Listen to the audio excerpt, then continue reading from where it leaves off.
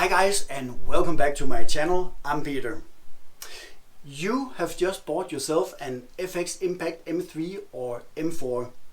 You've seen a lot of videos here on YouTube and now you just want to start shooting. But you do have a lot of questions on how to make your gun perform. So that's why I decided to make this complete beginner's guide for the FX Impact M3 and M4.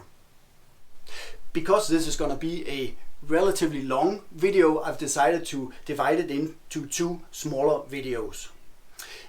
In this first part, I'll talk about some of the names of the parts of the gun and explain some of the expressions that we're using around the gun. It makes it a bit more easy to understand what I'll be talking about later in the video. Next, I'll talk about the setup of the gun and why it's important to pay attention to this. In the next part, I'll talk about tuning parts and I'll show you how to tune your gun. So if you want to stick around for that, make sure to hit that subscribe button right down there in the corner.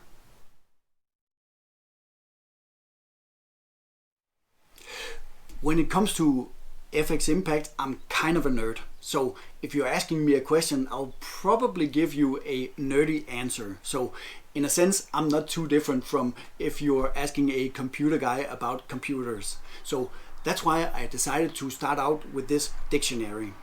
I'll explain the name of the parts that I'm talking about and explain some of the expressions that we're using around the gun. Let's start out here at the end of the barrel where we have the moderator, or some call it a silencer. Next up is the shroud. You take it off like this, you just give it a gentle little notch and then you can screw it off. The purpose of the shroud is to keep the gun a bit more quiet. Now we have the barrel housing exposed, and at the end here you'll find a jam nut, also called a liner lock.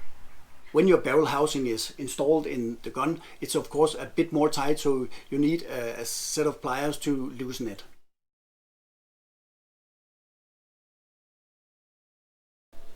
Inside the barrel housing you'll find the liner.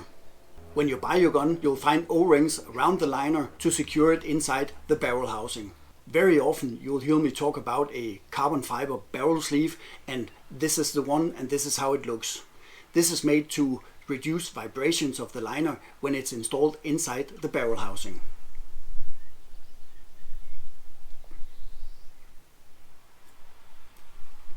Back here you find the probe. It's either a pellet probe or a pin probe. You can see the difference between them right here.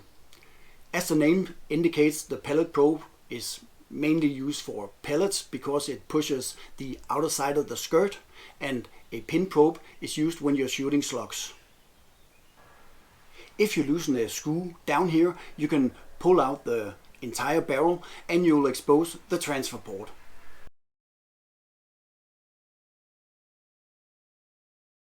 In the M4, the transfer port looks like this. There's a pellet port on one side and a slug port on the other side. And as you can see, the slug port is quite a bit bigger than the pellet port. And the reason for this different shape is because when we're shooting slugs, we want a bigger airflow than we need when shooting pellets. The way that we measure pressure on the gun is by using these gauges. There's one on the side that is for the fill pressure, and there's one here on the rear block that is for the regulator. And if you have a first stage regulator, mainly on the M3s because it was not standard in the M4, you'll have a gauge for the first stage regulator over here as well. Down here you find a back rider, and this is useful when you're shooting bench in order to adjust the gun while finding your perfect aim. Here in front you find the bipod, and this is mounted on an Arca Swiss rail. This one is from Saber Tactical.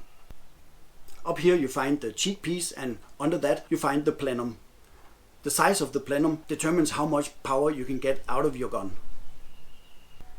Here on the side you find the quick tune system, and I'll make sure to get into that later in the video. And the last thing I want to explain is the valve return adjuster that's situated right up here. Now let's talk ammunition. There are pellets and there are slugs. here you see some different pellets, and here you see some different slugs. You can clearly see the difference in shape between these, and the difference between them is their BC, or their ballistic coefficient, meaning that the slugs will penetrate air more efficient than a pellet will. This doesn't mean that the pellet is not accurate, but typically it's not accurate as far out as a slug would be. There are so many videos out there on the difference between pellets and slugs, so if you want to dive into the subject, I recommend you to go and seek out some of those videos. Now let's talk about the chronograph. The chronograph is a device that you use for measuring your velocity, and this is extremely important if you want your gun to perform at the highest level. It's called a chronograph, some call it a chrony, and when talking about the velocities and some of the expressions that we're using around the chronograph, we're talking about something called spread. Spread means the difference between your fastest and your lowest velocity on a shot string. So when I'm asking you for your spread, it has nothing to do with how big your group is when you're shooting. We also have an expression called standard deviation, and the standard deviation is the general deviation between the fastest and the slowest velocity. So this number will be quite a lot smaller than the spread.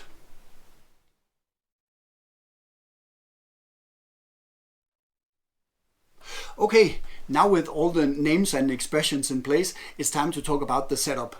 And just if you're wondering, because I'm so blushed, it's because the temperature here is just around 30 degrees Celsius, which is like the hottest day of the year here in Denmark. So you'll have to excuse me if I looked a bit like a shrimp. But let's get back to the setup of the gun. When you receive your gun, it's very important that you ask yourself, what is the purpose of this? Am I gonna shoot pellets at shorter distances, or am I gonna shoot slugs at longer distances? My gun is set up for bench shooting, and I shoot primarily at distances around 100 yards. So setting it up for bench, I'm just gonna mention a few things that I've done. Is of course the back rider down here, and the Arca Swiss rail here in front to push the bipod as far forward as I can. Both of these things are to add stability to the gun. But the main thing I want to talk about is the barrel. We're talking about the barrel length and the barrel type. So let's start out talking about the length. If you want to shoot a very light pellet, say in 177, a 10 grain JSB heavy, you don't need more than a 500 millimeter barrel. And if you want to go the way that I've done, shooting slugs and the heavier ones like the 20 grainers that I'm shooting at the moment, it's a very good idea to have a longer barrel. And talking about the type of barrel, there are two different types as it is right now. If you want to shoot pellets, you want a STX superior liner. It's supposed to handle both pellets and some lighter slugs, so it's actually a very wide configuration you can do with the superior liner. But if you want to go into slugs, I would say it's absolutely necessary to go for a heavy liner. I'm not quite sure if FX still only producing the slug liner. I certainly hope that they're not, and they're going to bring the heavy liner into production again. But anyway, if you want to shoot slugs, you need a designated slug barrel, and that would be the heavy liner or the slug liner. So let's get back to what the purpose of your gun is.